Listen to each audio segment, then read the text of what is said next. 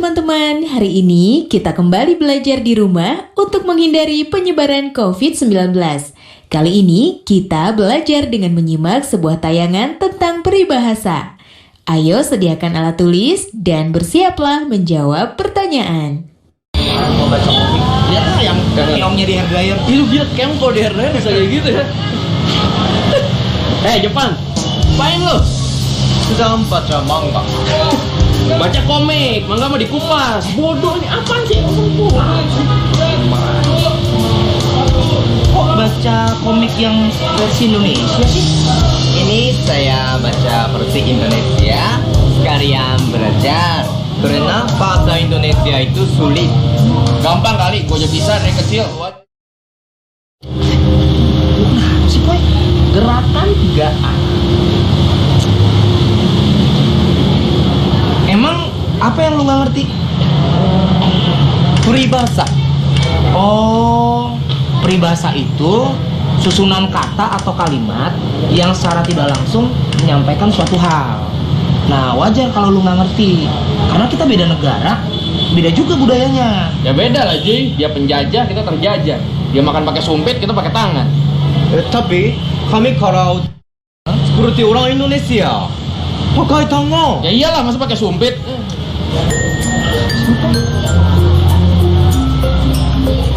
Udah, dia mah diemin aja. Peribahasa apa yang lu nggak ngerti? Tong kosong nyari bunyinya. Oh, itu maksudnya orang bodoh banyak omongnya. Ya nggak, Koy? Kok lo nanya ke gua? Maksudnya apa? Maksud tuh gua bodoh? Maksud tuh gua banyak omong? Tuh kan? Ternyata peribahasa itu benar ya. Sahih. Lu ngeledek ya? Lagi belajar. Ini mah ledekin gua. Mulai kasar gitu. Lagi belajar. Gengki, ini buat Gengki. Diterima ya, buat tangan dari aku. Gua tongkok. Itu ungkapan, termasuk peribahasa juga, yang artinya oleh-oleh atau pemberian. Oh, aneh. Saya mengerti. Oh, terima kasih. Wow, yes. Favorit saya. Michelle, kalau buah tangan buat aku mas. Buat lu ya, Koy. Mesti cocoknya buah kaki. Udah Gengki. Buah kaki. Mamam tuh sikil. Nah, Gengki, kalau ungkapan bisa banyak banget. Misalnya panjang tangan, artinya suka mencuri. Luffy-san tidak mungkin seperti itu. Kata siapa? Luffy itu bajak laut. Bajak. Pembajakan sama dengan pencurian. Berarti Luffy itu maling. Gitu kan dia? Terserah lu. Ada lagi nih ungkapan, otak encer, artinya pintar. Kalau otak udang, artinya bodoh. Oh, berarti kalau ada udang di balik batu, artinya ada orang bodoh sedang bersembunyi. Bukan, itu artinya ada maksud di balik maksud. Maksudnya?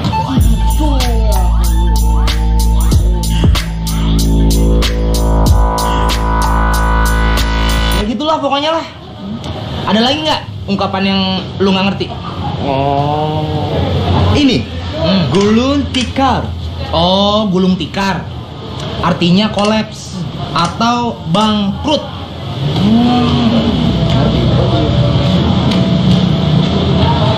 Kasihan ya bapak itu, dia bangkrut.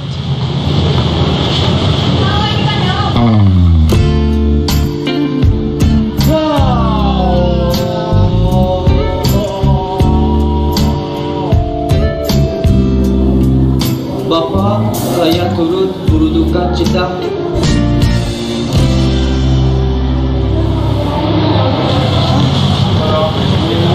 Koi-san, Ji-san, terima kasih atas bantunya. Saya pulang dulu. Dijajah yang beginian dulu kita Joy. Gua sangka orang Jepang pinter-pinter. Kayaknya dia kalau makan sushi.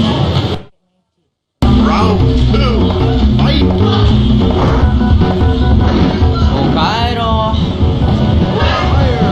何してんの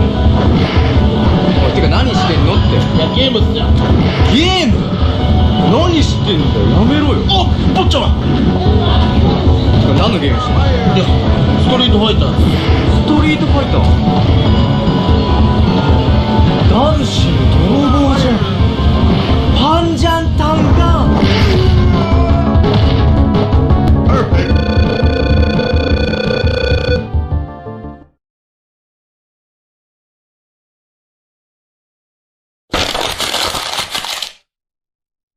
Sekarang teman-teman sudah paham ya tentang penjelasan tadi?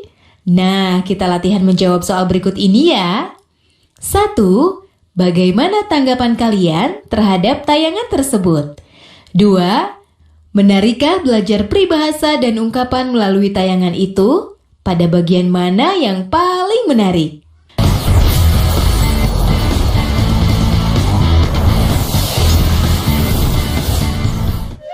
Teman-teman, pada tayangan berikut ini, mari berliterasi. Kita lihat budaya dari Papua yang sangat menarik, yaitu mengenai Noken Papua. Ada pesan dan nilai filosofis yang disampaikan. Yuk kita simak.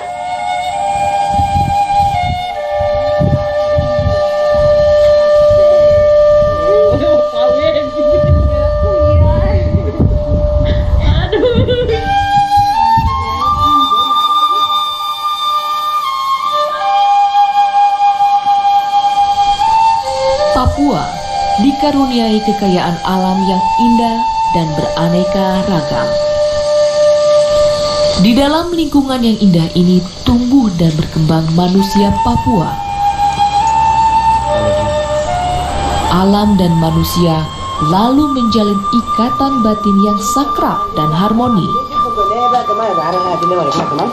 Dalam ikatan sakral ini berkembang kebudayaan yang unik dan hanya dapat ditemui di bumi Papua. Kehidupan sehari-hari masyarakat Papua tak dapat dilepaskan dari noken. Noken adalah tas tradisional yang dibuat oleh kaum perempuan dengan memanfaatkan bahan-bahan dari alam. Orang-orang yang membawa noken dapat kita temui di berbagai tempat, dari gunung-gunung, desa, hingga kota. Nah, sekarang itu kita ibu-ibu Papua itu setiap hari malam, siang, sore jalan sambil duduk itu bikin noken saja. Tidak ada yang tidak. Semua bikin noken. Karena perempuan itu kan harus isi epere, terus isi anak kecil, apa-apa semua pakai noken ini, jadi tidak bisa lupa.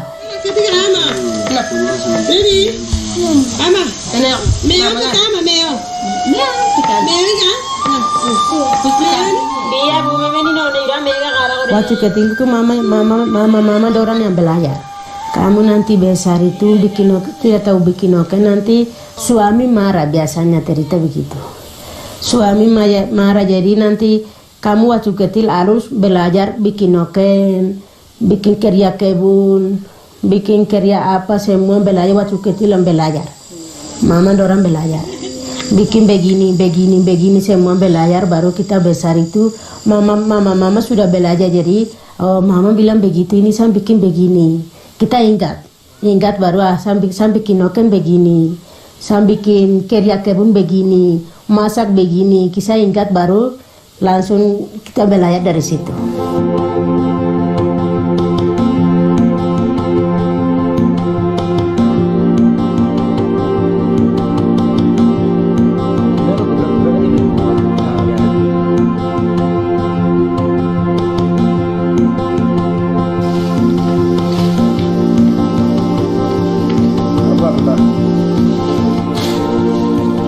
Kita dulu itu tari lagi dari hutan nyari bawah, bikin kasih jemur, baru bikin di sini lagi bikin noken.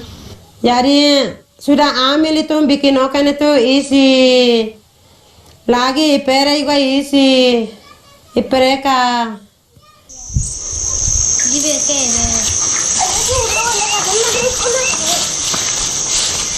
Kita bikin noken yang asli begini itu warnanya Yang warna merah itu ambil dari tanah, yang tanah punya. Tanah punya kita ambil, baru kita kumpul-kumpul, baru bakar di api. Baru sudah kering betul, baru kita gosok pakai ini. Gosok baru sudah jadi. Terus yang kuningnya yang bunga anggrek punya. Bunga anggrek yang batang itu. Yang batang itu potong baru bela yang kecil-kecil, baru sudah kering. Terus benangnya taruh begini, guling satu-satu. Baru terus sudah sampai di sini warna hitam. Hitamnya ada pohon yang kecil-kecil itu, yang ada bibi gitu. Itu ambil baru gosok. Sudah 3 warna kita bikin.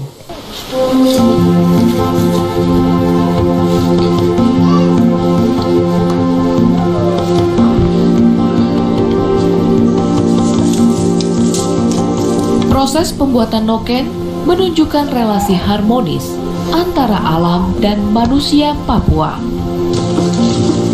Manusia mencintai alam karena alam memberi kehidupan. Relasi harmonis dengan alam juga melahirkan nilai-nilai kehidupan yang harmonis di antara sesama manusia. Noken menjadi simbol kearifan lokal untuk kesetaraan perempuan, kesuburan, perdamaian, dan persaudaraan. Kita bikin noken banyak-banyak itu buat apa? Ada anak perempuan itu dia nikah, langsung kasih kawin, baru selesai nikah itu kita sumpah noken, semua pikul di kepala kasih perempuan itu. Baru terus ada laki-laki kasih kawin perempuan itu sumpah noken. Untuk ini orang mati itu sumpah noken semua. Terus apa, kalau ada masalah itu sumpah noken lagi. Terus apa, itu semua sumpah noken saja.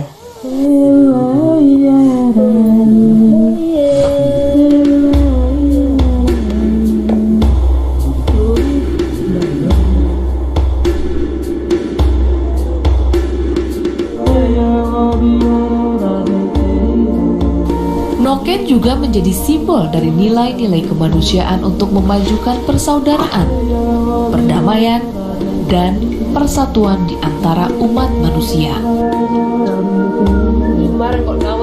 Pesan simbolis ini adalah sebuah kebutuhan yang relevan untuk membangun harapan akan dunia yang damai tanpa konflik, baik di bumi Papua maupun belahan dunia lainnya. Sentuhan noken ini sangat berperan dalam komunitas masyarakat adat. Apapun itu, noken ini menjadi perantara. Kalau tanpa ada noken, ya ini akan mempengaruhi keharmonisan antara satu pihak dengan pihak yang lain ketika menyelesaikan masalah. Nilai filosofisnya itu alam pikir orang Papua atau manusia Papua, terutama mama-mama yang biasa buat noken, itu mereka bisa menggambarkan sebelum noken itu terbentuk ada. Jadi mereka mengolah bahan baku, memintal jadi benang, merajut dan menganyam. Perajin noken itu dia sudah punya gambaran sebelum noken itu ada. Filosofisnya yang lain itu, noken itu alam pikir manusia Papua itu sendiri. Kenapa alam pikir manusia Papua itu sendiri? Karena apapun kebutuhan hidupnya, apapun barang yang mereka bisa nikmati, ya itu bisa simpan, bisa bawa, dan bisa simpan saja di rumah.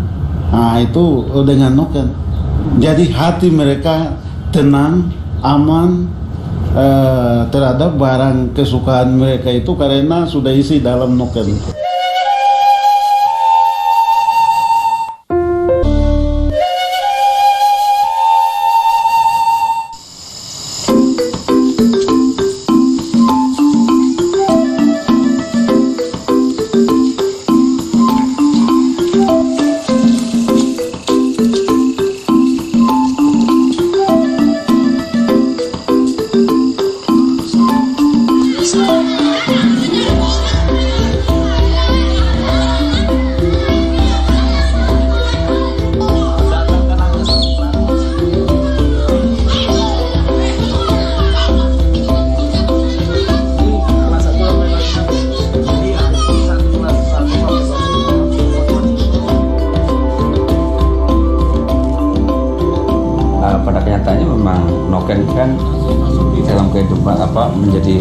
Jadi sangat penting dalam kehidupan, tidak hanya dalam kehidupan sehari-hari yang profan, tapi juga noken itu penting dalam kehidupan ritual yang religius. Nah di situ karena dia multifungsi dalam kehidupan sehari-hari, tapi dia juga menjadi tempat bagi bayi ketika masih berumur 0 tahun sampai 1 tahun sampai dia mulai bisa merangkak. Jadi sebagian besar waktu bayi itu ada di dalam noken dan di dalam gendongan mamanya. Jadi dia fungsinya begitu kompleks dan menjadi sarana dari kehidupan sehari-hari masyarakat pegunungan.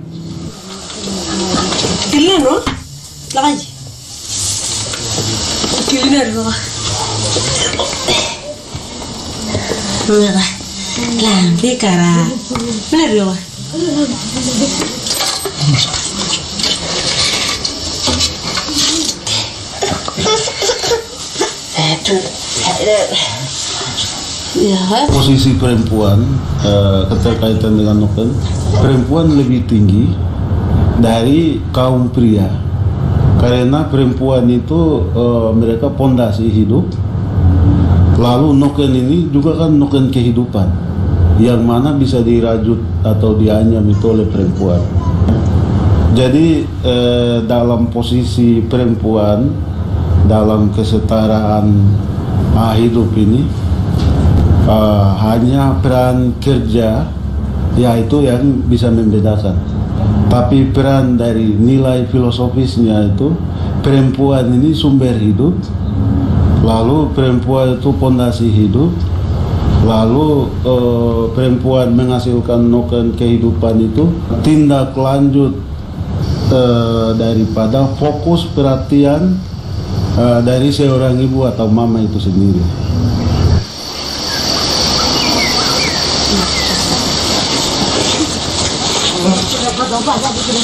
Noken juga sebetulnya menjadi juga simbol penutup aurat bagi perempuan.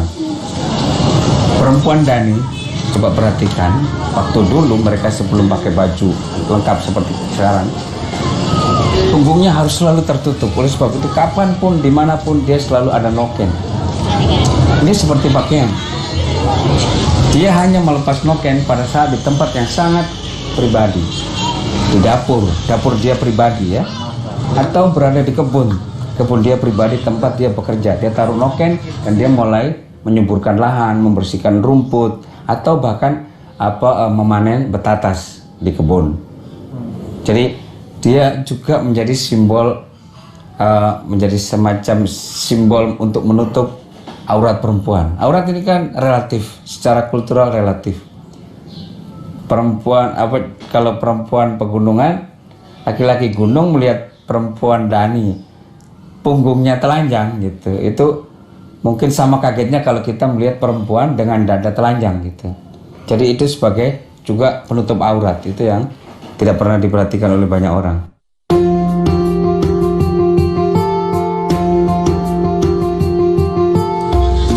Itu bisa beli, tapi kita tidak cocok, orang Papua tidak cocok pakai tas. Itu tinggal di kota boleh, di kota besar boleh, Pak, bisa pikul tas.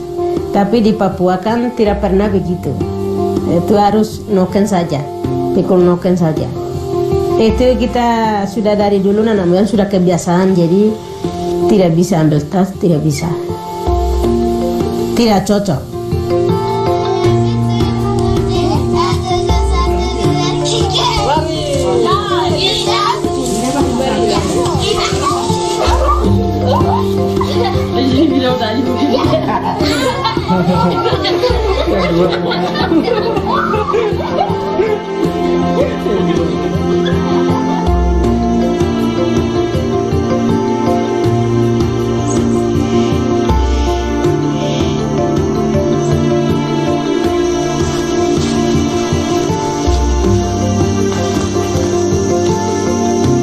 Noken itu agak berbeda dengan warisan budaya yang lain karena dia bukan dari sebuah karya budaya masa lalu yang agung.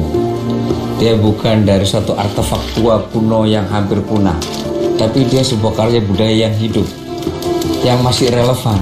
masih dibutuhkan dan selalu diperbaharui karena dia masih berfungsi, masih hidup di dalam masyarakat, baik secara keseharian maupun dalam kehidupan ritual. Sehingga dia adalah sebuah karya budaya yang masih hidup dan akan berkembang dan terus berkembang.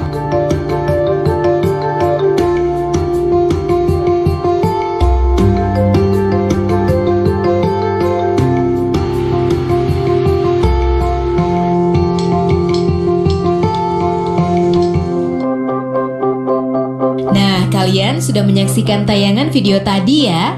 Bagaimana tanggapan kalian tentang tayangan tadi? 1. Apakah pesan yang disampaikan dalam tayangan Noken Papua tersebut? 2. Bagaimanakah cara membuat noken?